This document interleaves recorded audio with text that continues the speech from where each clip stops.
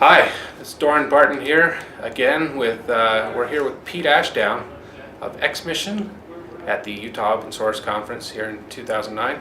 And Pete's here not just with XMission, but he's also touting the new Electroregeneration Society. That's correct, Doran. Why don't you tell us a little bit about what the Electroregeneration Society is, what your goal is? Well, what's your agenda? It all started with a big pile of computers. I was holding a recycle event in association with XMission in the city. We encouraged people to bring their old computers down, their old TVs, anything that plugged into a wall down to XMission, and we would pay to have it recycled. Well, I thought we would get maybe 100 or so computers and a few TVs, but it turned out to be literally a football field full of equipment. And I went down there and on that Saturday and was just stunned at the quality of some of the computers that were being thrown away. Because when they get recycled, they don't get repurposed, they get thrown into essentially a chipper, and then the raw elements get sorted out and they take the gold and the copper and make it into new computers, which is all good, but it takes a lot of energy and time to do that, and I would like to see some of this equipment see a little bit more life before it goes to the grave. So I've been thinking about this for a few years, and our own equipment pile at XMission started to get a little higher, and I thought, you know, there really needs to be a non-profit bridge between companies that need to get rid of computers and individuals and nonprofits that need to receive computers. Because as I've learned with my own experience of serving on nonprofit boards and working with nonprofits through XMission, just about the last thing they have money for is technology. Sure. So how does this differ from for-profit businesses? Like, you know, I know there are several that take computers that maybe have come back on a lease from Dell or IBM, and they turn Computer around. Renaissance, yeah, and things like that. It's different in the sense that we try and shoot for the free goal. We try and set people up who are in need. Okay. We've worked with the Refugee Center, the Housing Authority. People that don't have money to buy a computer, we like to set them up with a computer that we've received from a business or a corporation or organization that is then getting a tax write-off for donating out their depreciated equipment. So both sides benefit. We're kind of stuck in the middle in that we haven't figured out how to try to make it operational yet. We do need money to at least have a full-time staffer around. That's our goal, to manage the volunteers and take care of the warehouse. And I'm hoping that, you know, again, through my experience in nonprofits, that we can get grant money, we can get people to donate who believe in the mission. What I'd like to see is some of these companies that made the computers in the first place step up and start taking some responsibility and helping us out in that direction. Well, I just want to point out that I'm sitting to the right of Pete. And I'm sitting to the left over here. And you know, when I first hear about this, I think that's great, but isn't this a form of wealth redistribution, Pete? Isn't this a veiled attempt at socialism? No, Doran, I see it as a complete capitalism, in that the state is giving incentive to corporations to do the right thing. Okay, all right. So this you are involving businesses in a big way, and they're seeing a benefit, and we're seeing a benefit, and the people who are receiving the free computer are not getting a free computer to sit around and be lazy, but get a leg up and go out and be productive in society. Okay, all right. So in addition to the Electroregeneration Society, of course, you're here in some respects to represent XMission. Yeah.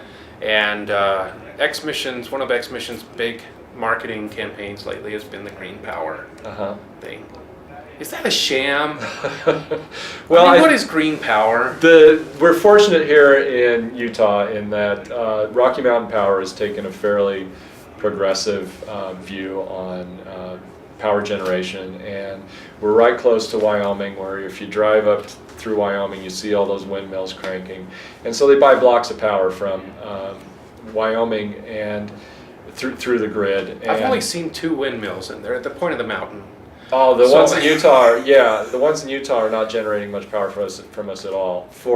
But according to Rocky Mountain Power, you pay a little bit of a premium and they buy the blocks of power from the ones that are generated in Wyoming, and that's what makes. But there's not like special power lines, the green power lines that, No, it's just. that I look up and I say, oh, those are the green ones. It's the especially green money that you send to. Okay, yeah. So it's kind of a money changing hands type thing. Yeah, some people say it's the same as purchasing credits. I think it's a little bit more direct than that, in that they buy it from the people who are actually generating from the wind, and they use that to reinvest and buy more wind. So it's accountable. There's some accountability there. Yeah. XMission, of course, is an internet service provider. It's been in business since 1993. That's right. Right. I got on first part of '94. Yeah. Pretty early on. It's been great. But a lot of things have changed in 15, 16 years. For one thing, dial-up is, I don't know what percent of your business is dial-up. It's very small and it's shrinking, and in fact, in association with Electroregeneration, what XMission is doing is using some of that excess line capacity to give it to people that need internet access. Who can't necessarily afford. Right. Broadband. Because dial-up is not a premium service in any sense, but it almost is, though. you can get email and you can barely browse the web. Yeah. But what else has happened? It seems like the age of DSL is ending. It is, and we're being forced out of that market. Qwest has decided with their new fiber to the node product, which is they run fiber to a neighborhood and then they do DSL from the fiber. Now, wait a minute. I remember when was UTOPIA first being rolled out? It was about 2000, 2001? No, it was actually the talks for UTOPIA is about 2003. Okay, when it was a being little pitched. early. I just remember going to city council meetings to lobby on behalf of UTOPIA. Mm-hmm. That Qwest would be there saying, fiber is a dead technology. Yeah. The future is copper. Now, they were also talking about WiMAX too. Right, WiMAX. Yeah. They said if you need more than 1.5 megabit, we can deliver it via WiMAX. What I find I knew then that it was that they were making. They weren't sense. talking out of their mouths. Right. Yeah. They were not talking out of their mouths, exactly. But how do they reconcile that with what they're doing now? But basically saying, we're going to compete with UTOPIA, but we're not going to allow the freedom of choice. In a sense, that's what they're doing, right? Yeah. Well, I still view it as not a real competition to UTOPIA, because the top speeds that they're offering on fiber to the node is 20 meg. Because the fiber goes to the neighborhood, and then they run copper from the fiber box.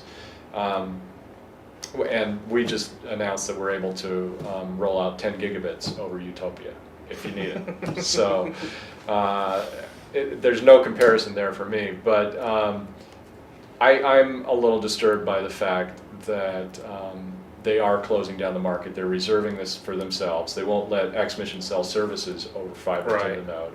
And I think they're shooting themselves in the foot, because they have two problems. Number one, we've brought them millions of dollars of business in DSL over the past 12 years that we've been offering it. But also, number two, it's going to come down to Qwest and Comcast. And when your choices are Qwest and Comcast, I think a lot of people are going to get upset. Yeah. Now, Nick, who's behind the camera, you've been doing some research on fiber for your home that Qwest says it's going to be coming into your neighborhood. Didn't you say that the upstream is severely limited? Yes, upstream It's not is the same as today's DSL. Yeah, because they're still using DSL to get to that fiber box, which, if they're going to go to the effort of running fiber to the neighborhood, you could run fiber to the neighborhood and then run fiber out from that distribution point and still get gigabit speeds. Mm-hmm. Fiber, a single strand of fiber can handle terabit speeds if you really want to make it. There's some strange thinking going on in the vice president's office at Qwest that says, we need to do this fiber to the node project, and we're also not going to allow anybody to sell it. It seems like they are trying to do as little as possible and charging as much as possible. Yeah, and that's it's business, but it's certainly not a customer centric. No, not at all. And I wonder, if they look at other companies like Verizon. I've got some friends in Santa Monica that have Verizon fiber. They say it's pretty good, and I don't know how Verizon is able to do it and Quest is not. Right. Let's talk about Utopia for a minute, because Yeah. it seems like, from my perspective, some poorly made decisions were made Oh, at absolutely. Utopia.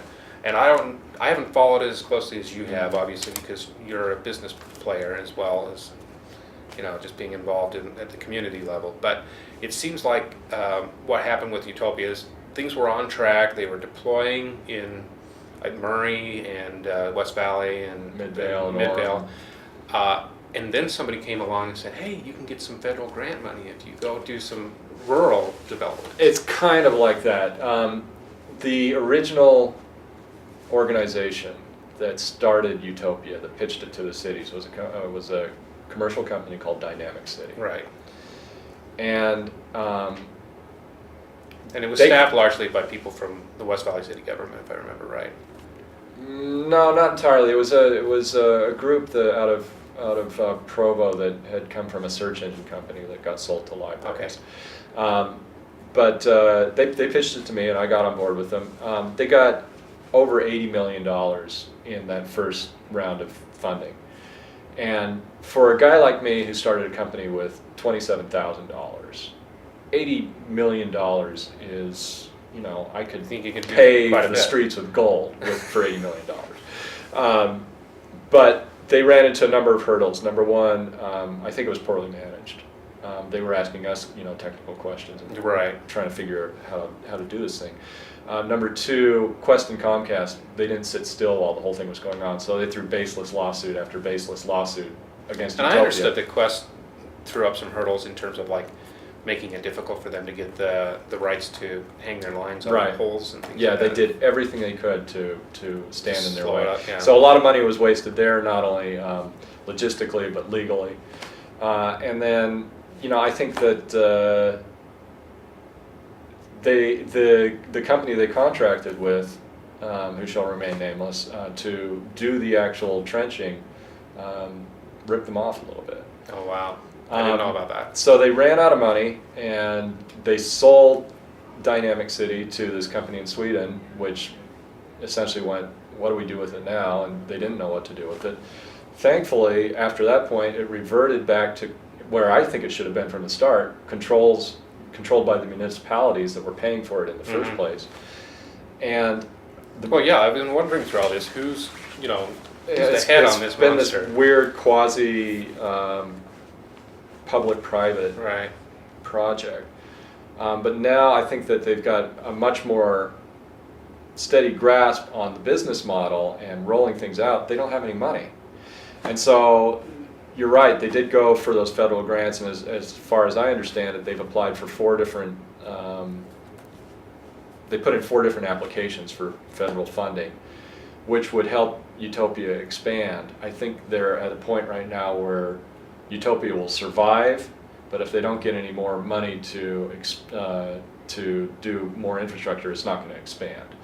My personal feeling, and we may differ here, is that like the roads, and in combination with the roads, they should be throwing down fiber every time they have to dig up a road. Mhm. And it should just be a part of our infrastructure that we get this fiber laid in the next 10 years. A lot of conservatives see Utopia as, an encroachment on what should be, private enterprise Right. doing it. In my opinion, and I probably differ from a lot of people that I agree with on most other things, is that this is infrastructure. This is no different than an airport, where you don't have one airline running out of an airport. That's Right. what Quest would be doing. Yeah. We have to really most airports are set up as a hub for commerce, where you have many different players come in and participate. Even if the airport is managed by the city or the county or the state or what have you. And what's sad for me is also that the commercial entities have had their chance. We started talking about this in 1995, 96. I remember one of the big deals about Quest getting or it was US West at the time, getting the contract for the Olympics, was that they were going to make Utah a shining example of a digital state. Well, that never happened. And as part of the 1996 Telecom Act, they were supposed to do broadband everywhere throughout the United States, and that never happened. And so, Well, I remember when I was in school up at Utah State in the early 90s, Sonic Cable was the cable provider up there. And they had the foresight to go through and overhaul their entire system throughout the valley up there to fiber. And as a result, when At Home came along, they were perhaps the best wired community in the state, and not Really? one of the best wired in the country.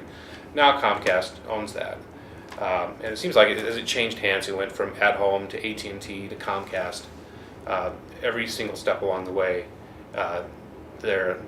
what the customer got became less, and what the customer paid got more. Yeah. So I do think that companies with enough vision, forward-thinking vision, can do what they're doing with Utopia, and they can do it right. Yeah.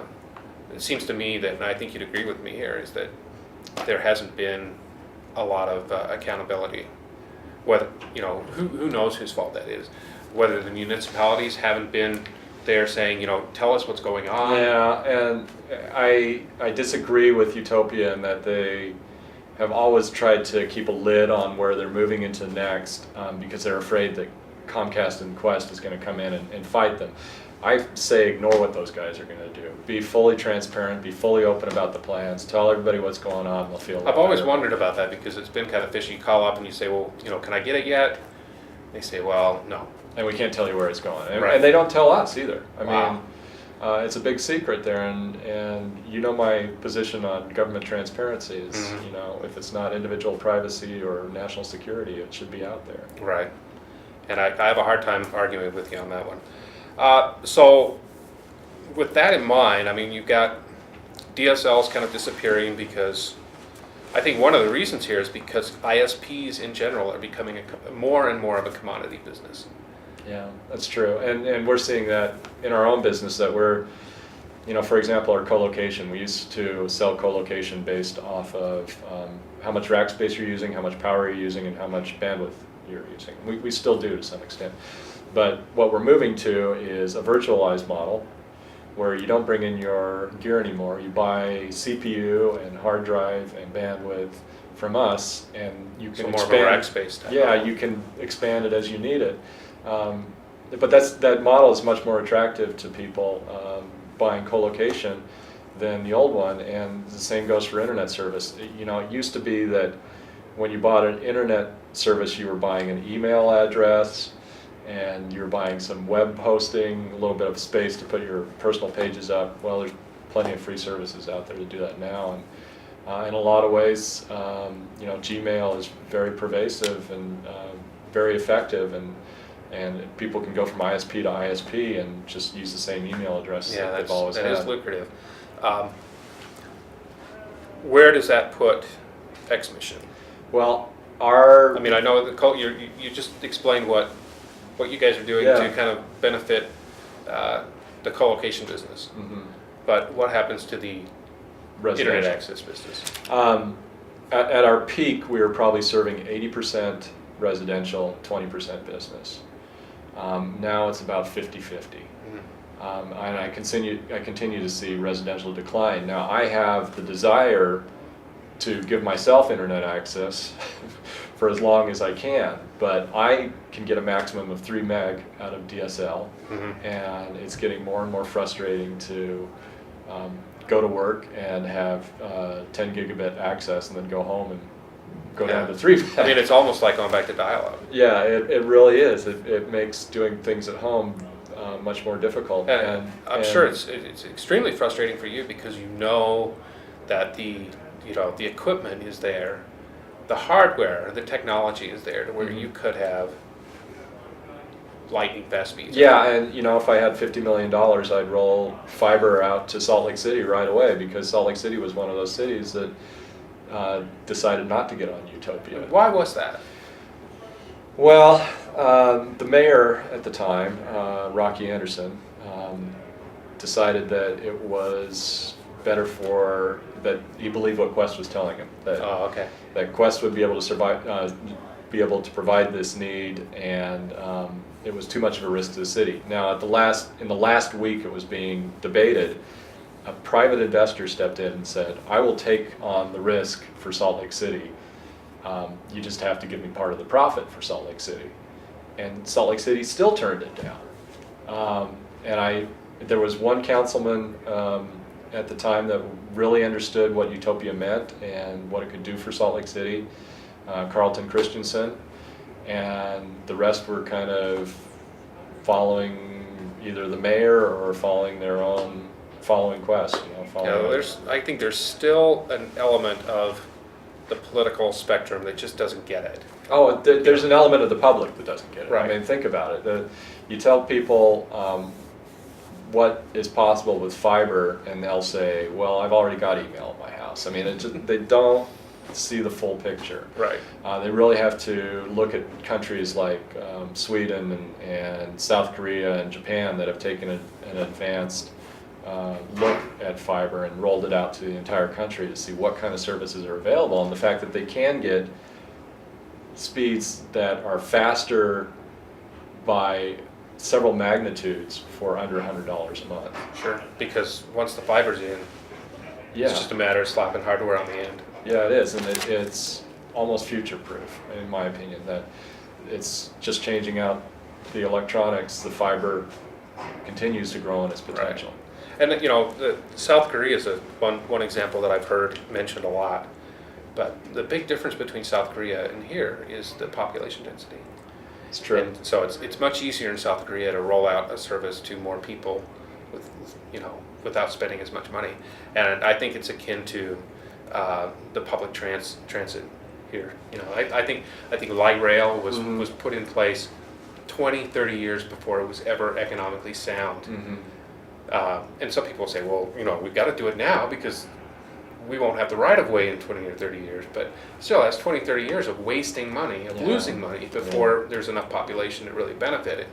Well, I also think it's something you can compare it to is rural electrification. I mean, this electrification was the same kind of situation that fiber is today.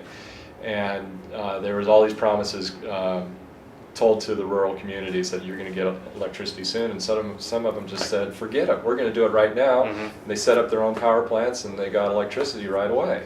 It may come down to that with fiber, that you have the small towns saying, we're going to start rolling fiber in every street. Well, I seem to remember that Eagle Mountain did that with DSL. Yeah, I think so. They basically rolled out their own. There are a few what they call greenfield communities, these gated communities that roll their own fiber as well. Mm-hmm. But I really feel Are like there any of those that are working directly with XMission, or are they? There are some that are working with UTOPIA, and therefore we're able to provide service to them on XMission. But How hard is it for a small, I don't know, say my town? Riverton actually signed on as a non-pledging community. So I don't know if they're still involved. Are they? I think Salt Lake is still involved on that, in that sense, in that they were like, well, once you get it rolled out to everyone else, then we'll get on board with it. And once we see that it works. I'm going to be dead by the time that happens, but I just think that this is like Eisenhower did in the 50s with the Federal Highways Act. Mm-hmm. Somebody at the top has got to say, this is important for our economy, this is important. Or communities, or somebody with the vision has got to step in and say, we're going to do it here, and show everybody that it can happen. Yeah, and it's so hard right now with budgets being cut that I don't know when it's going to happen for anyone, so I just hope things turn around. Okay, thanks. You bet, Doran.